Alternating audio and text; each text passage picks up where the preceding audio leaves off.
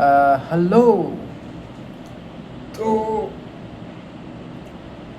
देखिए, हुआ ऐसे कि मेरे इंस्टाग्राम फीड पे और यूट्यूब की फीड पर मुझे बहुत सारी मुसाफिर कैफ़े की बहुत सारी शॉर्ट्स रील या कहें कि एडिट्स बहुत सारे देखने को मिल रहे थे।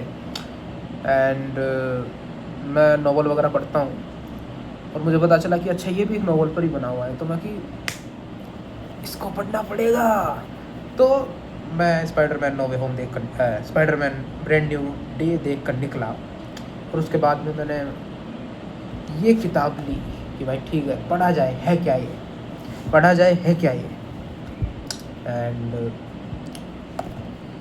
तो 140 पेज या 143 पेज की छोटी सी किताब है, जिसको आप मतलब अगर कभी ट्रैवल कर रहे हो या कभी कह सकते हैं कि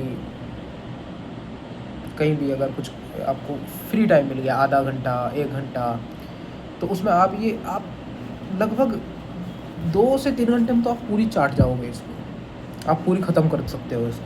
क्योंकि मैंने लगभग इसको टुकड़ों में काट के 4 दिन में या 3 दिन में कंप्लीट किया है। मैं 30 तारीख को लेकर आया था एंड 3 तारीख को मैंने ख़त्म कर दी इसको। रोज़ बस आधा आधा घंटा पढ़ा, मतलब कभी भी ऐसे थोड़ा सा भी, जैसे सोने से पहले पढ़ लिया कि भाई ठीक है, फ़ोन नहीं देखना, क्या करें, ये कर लिया उस हिसाब से। एंड तो इन्होंने मिस्टर दिव्य प्रकाश दुबे जो राइटर हैं, इन्होंने इंस्पिरेशन ली है गुनाहों का देवता, धर्मवीर भारती का एक उपन्यास है, नॉवल है, उससे। मतलब इंस्पिरेशन नहीं ली है, नाम लिए हैं। अगर आप इस किताब को पढ़ोगे तो शुरुआत में बोल दिया है कि मैंने गुनाहों का देवता उपन्यास से नाम इसलिए लिए हैं क्योंकि मैं चाहता था कि मैं धर्मवीर भारती जी को रिस्पेक्ट करूँ कि like this is the way of my respecting the art of your और द आर्टिस्ट। तो अगर इसके बारे में बात की जाए तो मैं कहानी के तौर पर बस इतना बताऊंगा कि it's a slice of life. And आप कह सकते हो कि रणवीर कपूर की जो मूवीज़ आती है ना, लाइक तमाशा हो गई, बर्फ़ी हो गई, बर्फ़ी को चलो निकाल भी दो, तमाशा हो गई। एंड ज़्यादातर अगर आपने कुछ एनीमे वगैरह देखे हो स्लाइस ऑफ लाइफ की, उसमें एक बंदा रहता है जो इनमेच्योर है, मैन चाइल्ड भी नहीं है लेकिन कंफ्यूज है। कंफ्यूज वर्ड सबसे ठीक रहेगा कि हमारा जो चंदन रहता है, इसमें स्टोरी का जो मेन प्रोटैगनिस्ट है उसका नाम है चंदन, और जो फीमेल प्रोटैगनिस्ट है उसका नाम है सुधा। गुनाहों का देवता से ली है सीधी सीधी इंस्पिरेशन।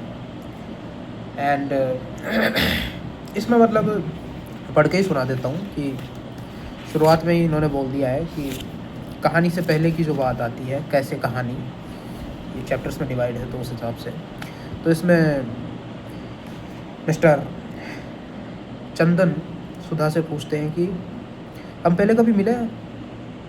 सुधा ने बच्चों जैसी शरारत मुस्कुराहट के साथ कहा, शायद कहाँ, चंदन ने पूछा, या कहीं मैंने पूछा।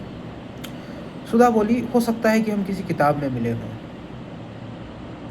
लो कॉलेज में, ट्रेन में, फ्लाइट में, बस में, लिफ्ट में, होटल में, कैफ़े में, तमाम जगहों पर कहीं भी मिल सकते हैं, लेकिन किताब में कोई कैसे मिल सकता है, मैंने पूछा, यानी कि चंदन ने पूछा। इस बार मेरी बात काटते हुए सुधा बोली, 2 मिनट के लिए मान लीजिए हम किसी ऐसी किताब के किरदार हों जो अभी लिखी ही नहीं गई हो। तो ये सुनकर मैंने चाय के कप से एक लंबी चुस्की ली और कहा, मजाक अच्छा कर लेती हैं आप। तो वी ऑल नो कि मतलब कहाँ से इंस्पिरेशन ली है। और ये अगर आपने गुनाहों का देवता पढ़ी है या उसके बारे में पता है कि अच्छा क्या है, तो you understand the weight of this paragraph. ये जो है पॉज करके पढ़ लेना, बाकी तो पढ़ ही दिया है मैंने। तो ओवरऑल ये जो, क्योंकि इसमें बहुत सारी चीज़ें ऐसी बताई गई है जो अभी के जनरेशन के हिसाब से ठीक है, मतलब ठीक तो नहीं है, अगर आप नहीं मानना चाहते मत मानो, इट्स योर चॉइस। कि it's basically rom com with slice of life element.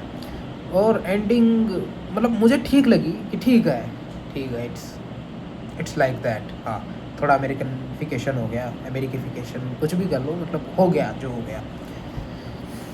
And इसके बारे में कहा है, ये मैं कहना चाहूँगा कि ये इसमें कैरेक्टर बहुत कम है, लेकिन जिस तरह से जो बातें बोली गई हैं, लाइक मैं इसमें फ़ैन कहानी का नहीं हूँ, इसमें आइडियाज़ का फ़ैन हूँ कि अच्छा ठीक है कि क्या करना चाहते हो, कि एक आदमी को जो अंदर से खुशी मिलती है ना, खुशी, उसके बारे में इसमें ज़्यादा बात की गई है।